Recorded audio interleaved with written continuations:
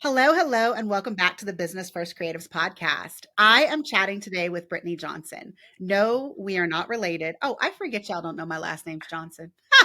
We're not related, but we are what I would call like client experience sisters because we both care about this, and this is what we have built our businesses on. So, Brittney, good morning and welcome to my podcast. Hi, thank you. I did not know your last name was Johnson. How did I not know that? That we absolutely have to Colie James is completely made up. We'll have that conversation after we stop hitting record. Okay. So I want to tell you guys how I met Brittney. Brittney and I were both in a secret showcase with Jordan Gill of Done in a Day. And the moment that we stopped, I think I might have waited like a day or two, but I sent Brittney an email that was like, no, you must come on my podcast. You must talk about this. So why don't you tell the listening audience who you are and what you do? Awesome. And thank you for having me. I'm so excited to be here. I am Brittney Johnson. I'm the owner and founder of Virtual Synergy Consulting.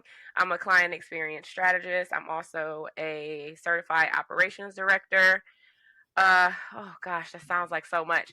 I started my business back in 2019, and the goal originally was just to kind of get away from the toxic 9 to 5. I feel like we all kind of have a similar backstory in that regard, but it quickly became something way more than that. So I found my superpower is creating exceptional and elevated customer experiences, and that has brought me to what I do today as a client experience strategist. So very exciting. Now, see, you just called yourself a client experience strategist, and no doubt that's what you do. But what really hit me during your showcase is that you're talking about client retention from a group program standard, and I scream it from the rooftops for the photographers. So, we are going to talk about group programs, but I also want to get a little bit of the services in there Hmm. because I've said it every day of the week, and I know that you agree. It is easier to get someone to pay you more money if they've already paid you one time. Yep. Like, you don't have to convince them of your value. They've already paid you money. And as long as you didn't completely fuck it up, they're probably willing to hire you again. But let's be honest, what Brittney specializes in is making sure that you don't fuck it up the first time. So, Yes. yes. So let's talk about the first part of this because one of the things that I talk about a lot, and you mentioned it before we hit record, is mapping out your customer journey. So I feel like when people come to me for systems, they're all about the tools. And I'm like, wait, hold up, like flag on the play. You need a piece of paper and a pencil first because Hmm. we need to map out your customer Yeah. journey.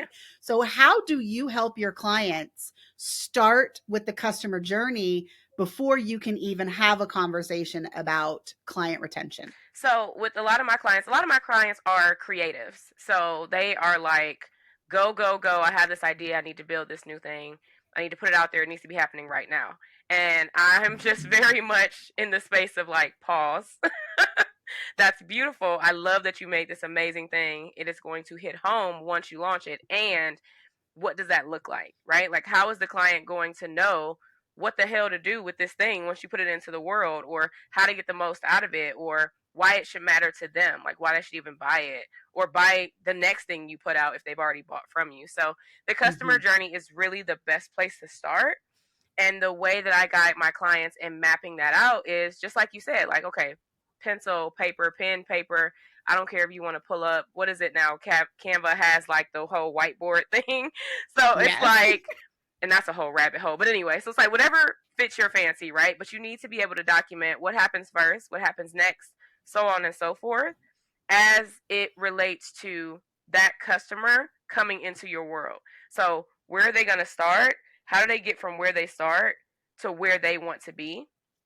And each of those steps needs to be mapped out clearly so that you can see the gaps, right? Like, you don't know what you don't know. And if you have a visual, it's a lot easier to identify and fix before it becomes a problem.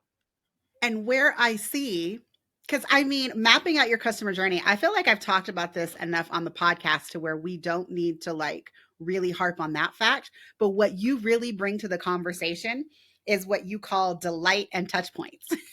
So I feel like when, those creatives that are like on the go, ready to get their service or their product out into the world, they are not thinking about how what they do during that service affects whether or not that client is going to pay them again, or whether or not they're going to rant and rave about the service that they got to bring in those referrals. Because we all like referrals, right? Like people go out, they sell it. Colie was awesome. I mean, oh my gosh, if you're trying to get systems, you need to hire her, blah, blah, blah. I mean, but if we think about it from the expectation of everyone will eventually want to rehire us, everyone will bring us referrals, what can we do to make that process easier? So, how do you suggest, or how do you do this as your service, to like sit down with the client and be like, okay, I understand that you're going to get them here and you're going to take them here. How do you determine what kind of delights you do throughout that client experience to make it more likely that they will pay you money again? See, that's the fun part. Oh my God, you just got me so excited. It's ridiculous. Okay, that is the fun part, right? Because I say this lightly, everybody's product or service is different, right? There's variations to it. And that's what makes it fun. Because what is a delight point for you, for your clientele, may not even be something that needs to be considered for somebody else. So we were talking about people with Mm-hmm. group programs, and it's funny, you work with photographers, and one of my oldest clients, probably one of my first clients, I worked with her for almost 5 years, is a boudoir photographer. And I love her life and I Nice. love everything she makes. It's beautiful and oh my God. And I'm always talking to her about how we can further delight the clients, right? So if we are like someone buys something from you and you shoot them an email and just say, oh my God, I appreciate you so much for continuing to support the boudoir divas. We love being able to be a part of your boudoir journey. Check out this free resource, or click this button and leave feedback, or tell us what you love most about what you just purchased. Asking people what they think and how they feel. People love to talk Mm-hmm. about themselves. Absolutely love it. Like, do it as often as you can. Ask someone to tell you what they think and what they feel, and like, you got them. You know what I mean? So, for her, those are really easy delight elements to add. She does like these little postcards with one of her pictures on them that she took, like, because they do destination shoots. So, like, they go to, Nice. yeah, I think she just went to, I don't know if it was Europe or what, but she'll take a picture from one of her destination shoots and she'll put it on a postcard, and she'll just do a handwritten thank you, or have you checked out the new episode? I see you've been a member for the last year and a half. Thank you so much.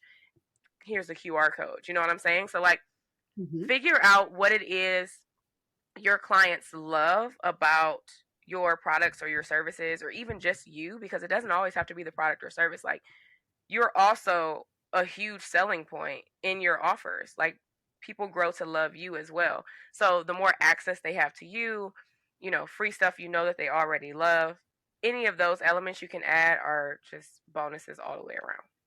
I mean, and I often tell people to start with the basics, because the photographers that I work with, a lot of them, like you book them and then you don't talk to the client until like right before their session when you start to do the planning. Mhm. And I'm like, all of that dead space in your client experience is an opportunity for you to make them feel special. Remind them of what else they could be doing after this service is complete, like buying products. I mean, every time I hear someone say, oh, my clients never buy products, me, okay, but did you show them what you sell? Oh, well, it's in the online gallery. Oh, okay. So what you're telling me is they got to your online gallery and they're looking at the photos. They ain't got time to look at none of the rest of that stuff. They're trying to find their favorite photo, trying to, in the case of boudoir, probably trying to send it How to would their they partner even or know their to look husband. though? You know what I mean? Like, how are you guiding Mhm. them to that thing? So, Yes. yes. So, I mean, that's something that helps you, Mhm. but also helps your client. I feel like too many photographers shy away from selling the products because they're like, oh no, my clients can do that on their own. Honey, they paid you for a convenience. Like they paid you to take these photos. Mhm. A lot of them, I would venture, would pay you to take making the album off their hands, would pay you to like print and frame their Yes. photos. Not everybody. I get what you're saying. Not everybody. But the people who are interested in paying for that convenience will do it. And then you know what happens? We're talking about client retention, right, Brittany? Yes, If they ma'am. print a book, an album, and their partner's like, oh, I really like those photos. Are you going to get another one of those shoots done? Yes, sir. Yes, sir, I am. Let me call my photographer. Exactly. I mean, but in the case of photographers, at least, if your images just live on hard drives, the likelihood that them seeing the images to prompt them to hire you again is pretty slim. Yeah. And let's just talk about asking for the sale, Brittany. I feel like part of the problem is people think that they are badgering their clients when they come back to them, and they don't really think about it as like a service. Like, hey, I'm not going to make you remember that it's time for you to have another photo session. Let me send you an email gently prompting you to think about the fact that, hey, it's been a year. Yes. Hey, it's been 18 Friendly months. It's reminders, time. please. Absolutely, absolutely.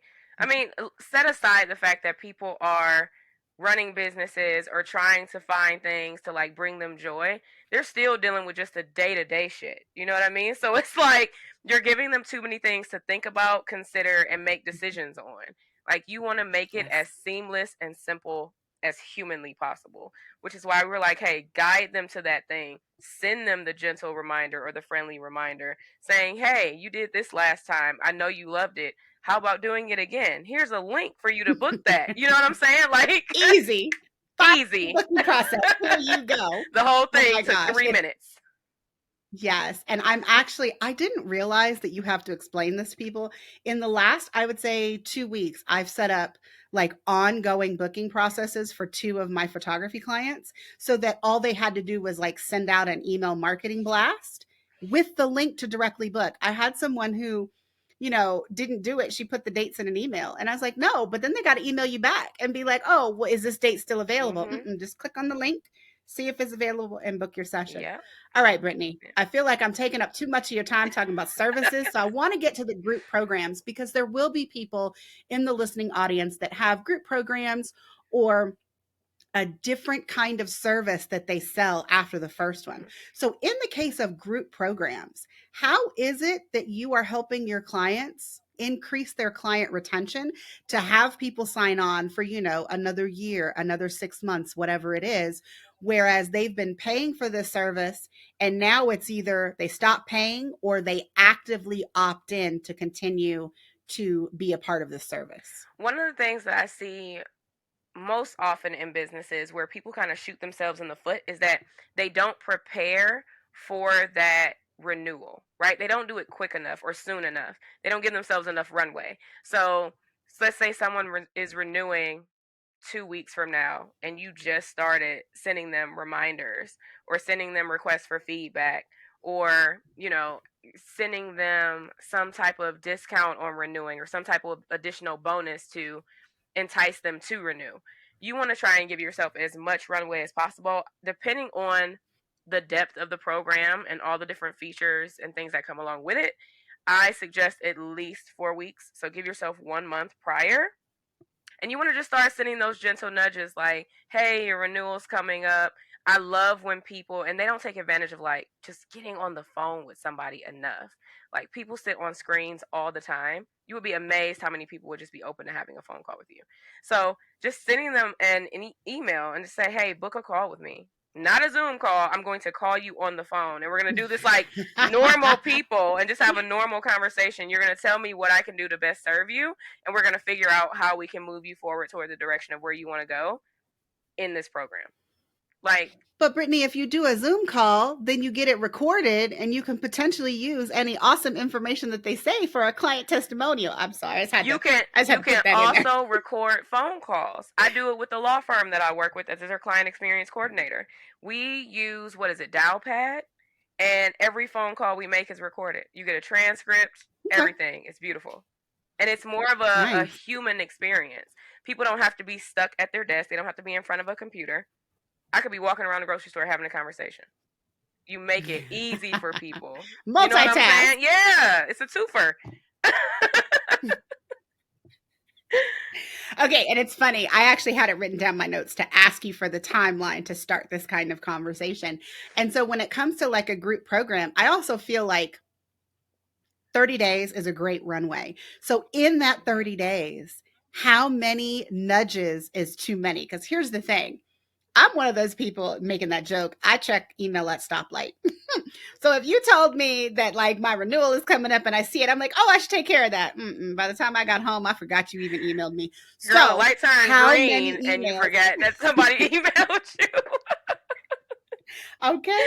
So how many emails I don't want to say appropriate because I know it's going to vary based on the Yeah. personality, the program, all that good stuff. Yeah. But like, how many would you suggest on average in that 30-day runway before their access to the program is terminated? Oh my God, that's such a hard question because of all the variables. No, If you want, you can just tell me the last one that you did. yeah, I think know your audience. How often do you typically communicate with them? I think holding true to like a pattern, like so they know what to expect, is your best bet. Like, I wouldn't go from sending them 2 emails a week to 5. They're going to be like, what is wrong with you? Like, why are you so intense right now? But maybe that first week you send them 2, that first and second week you send them 2, maybe that third week you send them 3. If you haven't gotten any response at all, maybe that last one is much more personalized where you're like, hey, I just want to get on a call with you and get some feedback on what your experience has been Mhm. like, and then just kind of let that unfold however it will, whether it results in a renewal or not. I feel like a lot of people don't take advantage of the feedback, because even if someone doesn't renew, typically that feedback will tell you why, and so you can fix it for the Yeah. next go round of whoever's renewing next, you know. All right. So, Brittany, that's retaining them for like a group program that they're already enrolled in, Mhm. to where what they're saying yes to is just more of the same. Mhm. But how should we perhaps change our perspective if we are trying to take people that hired us previously and sell them on a new product or service? Mm. Oh, that's fun too. I think with that, whatever that new product or service is, my hope is that it was built with the client in mind. So whether that's a client that's already bought from you, so you already know what their next set of needs are, or if that is like a, a new ICA, you should still know what their Mhm. needs are. So as long as you're speaking directly to that, and making sure that you're making the, what is it my coach says? She says, sell futures, not features. So you're making it clear Mm. exactly what their future looks like with that thing. You're good. Like, the people who are meant to be in it will be in it, and it won't be a heavy lift. Also, giving yourself enough runway is important with that as well. Because please do not go call yourself launching something in 3 weeks. Stop doing that. Okay, so actually let's back up. So you seem to have some opinions on some launches, girl. Let's get into that uh, very quickly. So what do you consider? So we talked about a 30-day runway if you're trying to get someone to renew for the same product and service that they're already mhm. in.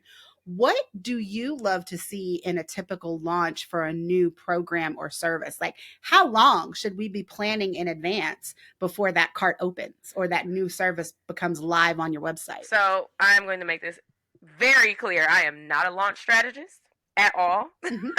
My skill set will come in more where you are building out the touch points in the launch. So, like, what do those Okay. need to look like? So you need to make sure you're being crystal clear on what it is they're getting, the time frame for the access to it, when it starts, how they'll access it. Is it a different platform? Is it this link they need to bookmark? Does the link work? Please check your links. Who are they contacting if something happens? Like, what is the format of the program going to look like? Where do they go if they need support? Those types of things need to be sprinkled out throughout. So if you're doing like a workshop, if you're doing, I guess, like an evergreen launch, then you need to make sure that that stuff is in there, even if it's just like a slide. You know what I mean? Like, try and answer people's questions before they are vocalized is kind of my rule of thumb. Like, don't let it become an issue. Try and be as proactive as you can. I kind of try to follow Steph Taylor's program, Launch Magic, in that she thinks that you should have like a 12-week runway before you launch any new program. Which, when she first said it, I was like, are you crazy? 12 weeks worth of But what she's trying to talk about is, you talk about the problems and the needs of the person up front, and you don't actually get into like the nitty gritty of the program or the service and what it entails until you're much closer to, cart open or whatever. But just thinking about planning that far in advance will help you make sure that you are personalizing. You have the time to personalize parts of these touch points, Mm-hmm. and also make sure that there are enough of them in place to where you are touching bases with your clients. And I think that's even so much more important when Mm-hmm. you are trying to bring a previous client to a new one, because the more that you can personalize the ask, I think the more likely they are to hire you again. What do you think, I Brittany? absolutely agree. I think anytime that you have an opportunity to personalize the experience, you do it, like no questions asked. Because that, my whole thing is bringing the humanity back to business, right? Like everything is so transactional and fast and electronic. And the more you can recognize and appreciate and, hold space for the actual human on the other end of that interaction, the better off you'll be. You both win, always. So, how do you feel about sales calls? Because I feel like we've talked a lot about like feedback calls, but do you have a perspective on sales calls and how they should be used for client retention or getting previous clients to book into a new product or service? Sales calls, I guess I've never really thought about it. I do think that sales calls, whenever possible, should also be personalized. I think back to when I was reading Joey Coleman's Never Lose a Customer Again, and he gave the example of when he was prospecting, he had a lead and he went and visited this guy at his office. He was really into golf and he remembered all of his memorabilia and like he had a, what are those things, like a putting green in his office. It was ridiculous. But anyway, I know these people exist. No, no, no, I'm not trying to be rude, but he had a putting green in his office.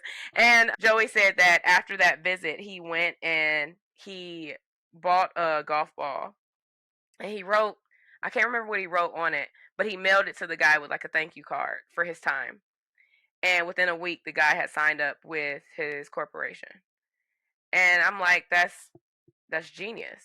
All you have to do is show people that you're listening to them, that you value who they are as a person. And I mean, you're already setting yourself apart from the competition because 98% of people aren't going to do that. They aren't going to go that extra mile. So I think that holds true even in sales calls and things.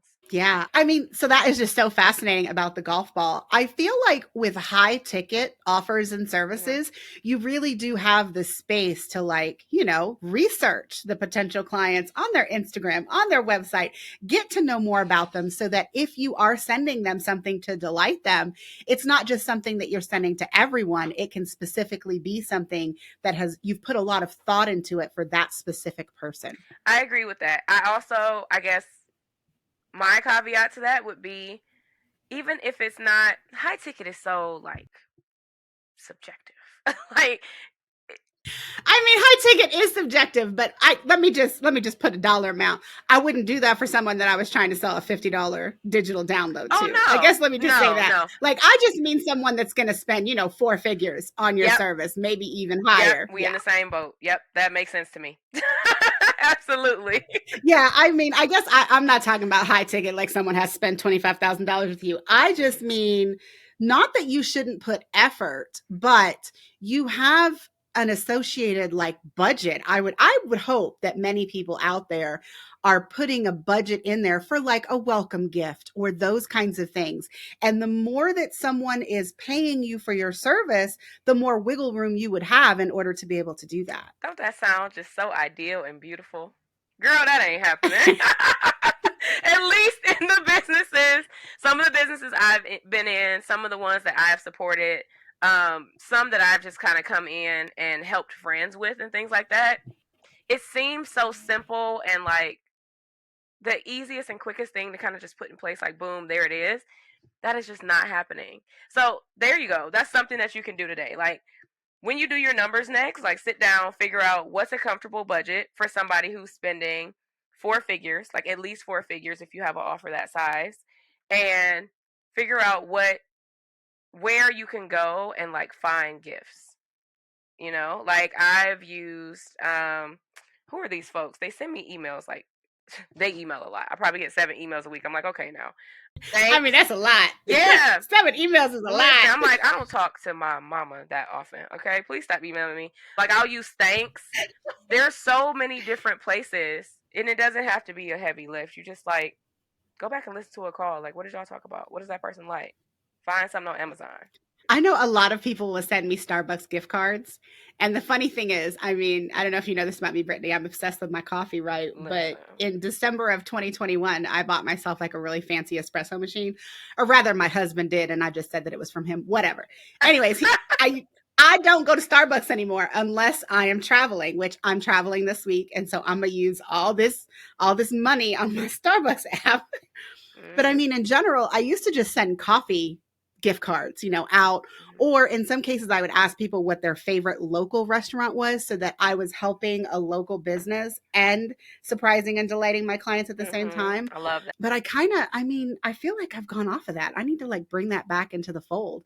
But if someone, I mean, maybe we're just talking about me, guys, but someone wanted to start sending their clients welcome gifts again. I mean, you mentioned a service that would do it, but like, how is it that you can put a more personalized touch on it? Like, do you have any of your clients ask their clients about themselves on like an intake form with the specific objective of like curating a welcome gift for them? Yes, absolutely. That's what I was going to tell you. Like, it's easy to add these things to an intake form or put in the welcome guide. You know, some people have a form within the welcome guide. It's like, hey, once you get done reading this, submit this. So we just know a little bit more about you, right? And then you'll pull together ideas for the welcome gift from that.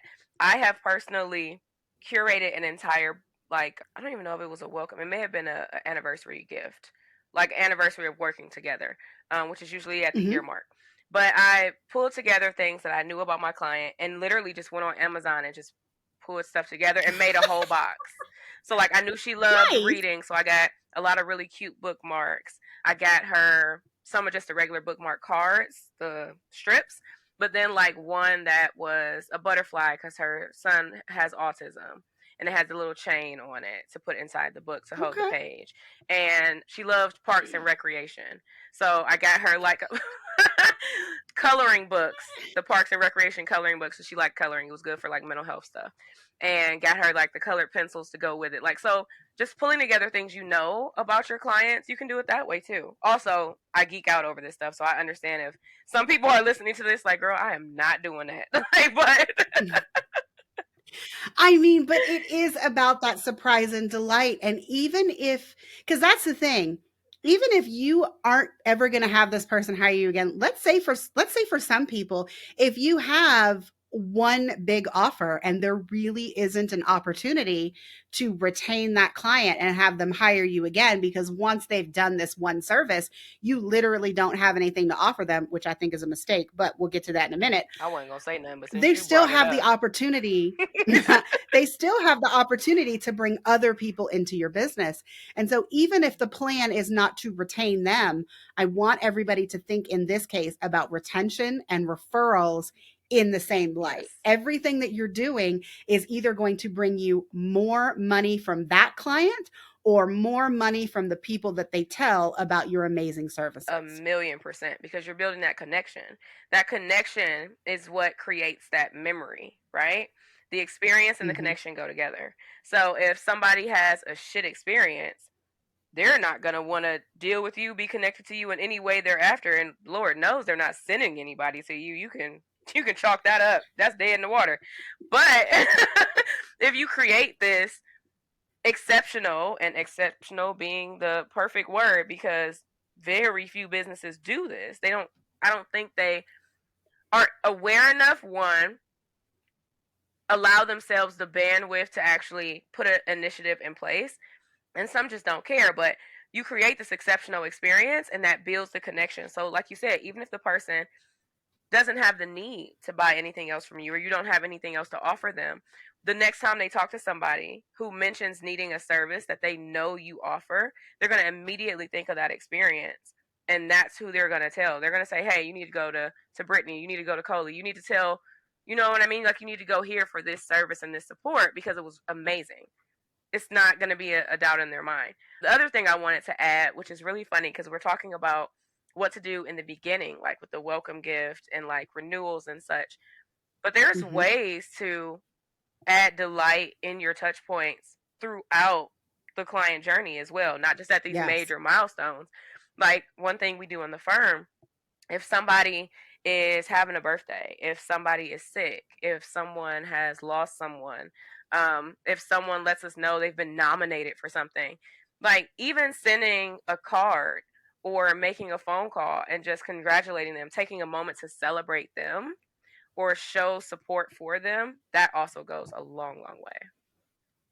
Yeah. I mean, I started asking my clients for their birthdays about, I think, 8 months ago, and I still haven't done anything with it. So, Brittany, I think that this is like my, hey, Colie, you should go sit down and do something with all those birthdays that you keep on asking your clients for. I mean, I had the intention of like sending a birthday card and sending, Mm-hmm. like a gift card to Starbucks. Because, hello, again, I love the coffee. I don't trust people that don't drink Look, life coffee. begins But after coffee. You hear me? You don't even want to know me before I'm caffeinated, okay? Like, mm-mm.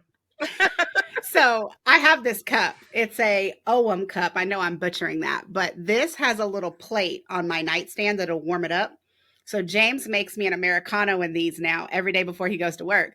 That way, when I wake up, all I have to do is pick it up and put it down, and then it warms itself. Ooh, listen, this Fabulous. cup, I got this cup, and this was actually from a small business here in Cleveland, a shop that is for other small businesses in Cleveland to Hmm. bring in their products. And this cup will keep my coffee warm for like 5 hours. I'm like, this is a Nice. godsend. Thank you, Jesus. So Because, like you said, life begins after coffee. after. All right, Brittany, this conversation has been so amazing. We are going to tie it all up with the question that I ask everyone, and that is, what was your biggest fuck up in business? What did you learn from it, and how did you grow? So my biggest fuck up was thinking that I could run my business like everybody else runs theirs. Biggest fuck up Mm, ever. And I feel like I feel like it was necessary because it allowed me to hold space for myself and like what I actually want, what really makes me happy, and kind of sit down the bullshit belief of nobody is going to pay for kindness. Nobody's going to pay to, show compassion and empathy for other people. And it really taught me to look at the businesses that are already doing it and how mhm. successful they are, to just remind myself that it's absolutely possible. I think that would have to be it. I mean, I've always, when I'm signing up for a course or like for a mastermind or whatever, and people ask me for like my values, I'm like, I never know what to say for those. But I feel like once you figure those out, those can actually like push forward how you run your business in comparison to someone who has a business that offers like a very similar, I will say, outcome. So like think about us, like we do systems, right? Like we're a dime a dozen now. There are so many people out there that do client experience work, do systems, do all of that, but each one of us offers something distinctly different, Mm-hmm. even if the only thing is how we approach business with our values. I mean, I'm sure all of Yeah. us have different processes, have different delights, have different touch points, but at the end, we're all giving our clients, hopefully, a better client experience for their clients and then the systems to back them up. But how each of us choose to do that can be so different. Mm-hmm. And so I don't want to say that I worry, but I feel like when new people come on the block and you find someone who's been successful, it is very natural to just try to figure out what that person did to build their business and then replicate Yeah. it. And I do think that we're moving into more of a space where people are being a lot more thoughtful about what they're getting from like the group programs or the coaches that they hire. In that, I want this person to help me shape my business, Mm-hmm. but I don't want their Yeah. business. I want my business to be Yeah. mine. And I want this person to see me. I don't want to be seen as a number. I don't want to just be another head in the group. Like, I want to be seen. I want to be heard. I want to be valued. And I want to be supported. And when any of those elements are missing, you are damaging your client experience, period. And Mhm. people will remember it. Guess what, guys? That's the end. She said, and people will remember it. Hey, Brittney, if people want to find you on these internet streets, where can they find you? Oh my gosh. Okay, so I spend most of my time on Facebook. So, and I just changed my handle. Y'all don't be judging me because I feel the judgment coming through here because I don't know it off the top of my head. Don't do that. Brittney, you were the first person ever to say Facebook. When we get off this, I'm going to Really? ask you how old you are because don't nobody say Facebook anymore. What y'all call it? I'm okay not being like the No, kids. I mean, Okay, like, I'm 33. I feel most people old. say, oh my gosh, I'm so much older than you, Brittney. Are I would you? say most people say, like Instagram or, oh yeah, girl, 40. By the time this airs, Colie will be 44. Oh, you so knowledgeable. I'm about to be all up in your DMs like, so hey, I got this life question. And I mean, I'm actually thinking to myself, when I was your age, I think that's actually when actually, I was your age when I opened my business. That was, yeah, What?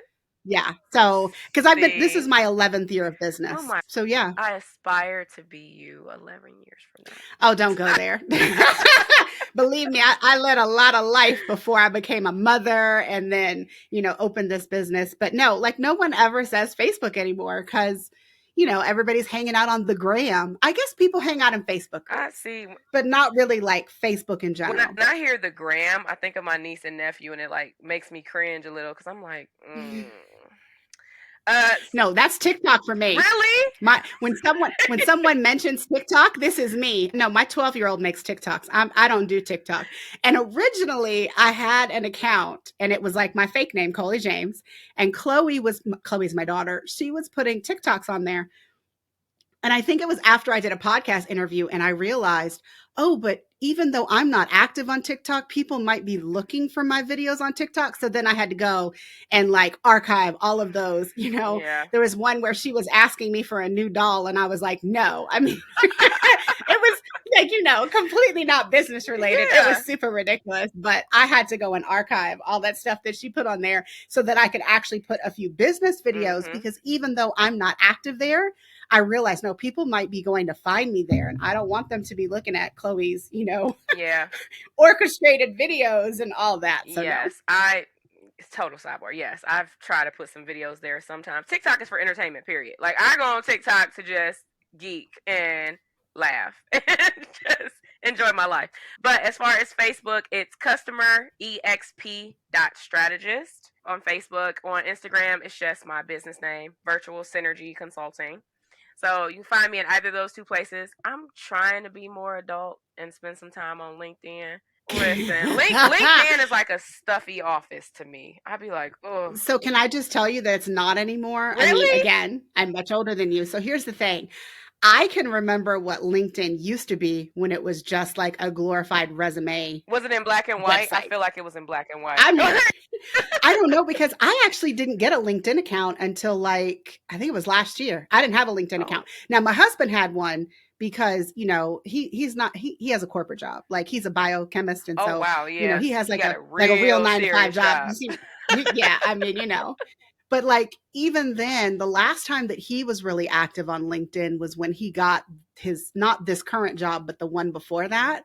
And then, I mean, he was at that job for 9 years, so he didn't do anything on LinkedIn in those 9 years. But I remember when he was finishing his postdoc and he was looking for a job, I looked at it and I was like, oh, it's just like where you put your resume. Okay. And as an academic, before I was a business owner, we didn't really do LinkedIn way back then. And then when I became a photographer, like we definitely don't use LinkedIn because no one comes to LinkedIn to find a photographer. It wasn't until I was like, okay, so I'm doing systems for business people. Let me go ahead and hook myself up with a LinkedIn account. But all of this to tell you, Brittney, they have videos, they have feeds. Like it's a lot more like Facebook and Instagram now than you would think. In fact, it's probably a lot like Facebook with the aspect of, instead of having a personal page, you have, your business page where you can list. I do have both. Yeah. I have a personal and a business page. I think it's just the interacting part feels very corporate to me still. Like the feeds, the video, all that stuff. I do have that like built out. I made myself go to a master class because I was like, you don't have to like it, but you got to do it, okay? But you You got to gonna do do it. So I did it. So I get that like the features and all that are very similar to Facebook, but that energy for me, I just be like, it's like being in an maybe you just need elevator some with new too many friends. people in it and don't nobody want to be that close. It's like, Okay. We're going to work on that, Brittney. Work in progress every day. It's fine. Work in progress. All right, everyone. That's it for this episode. See you next time. Bye.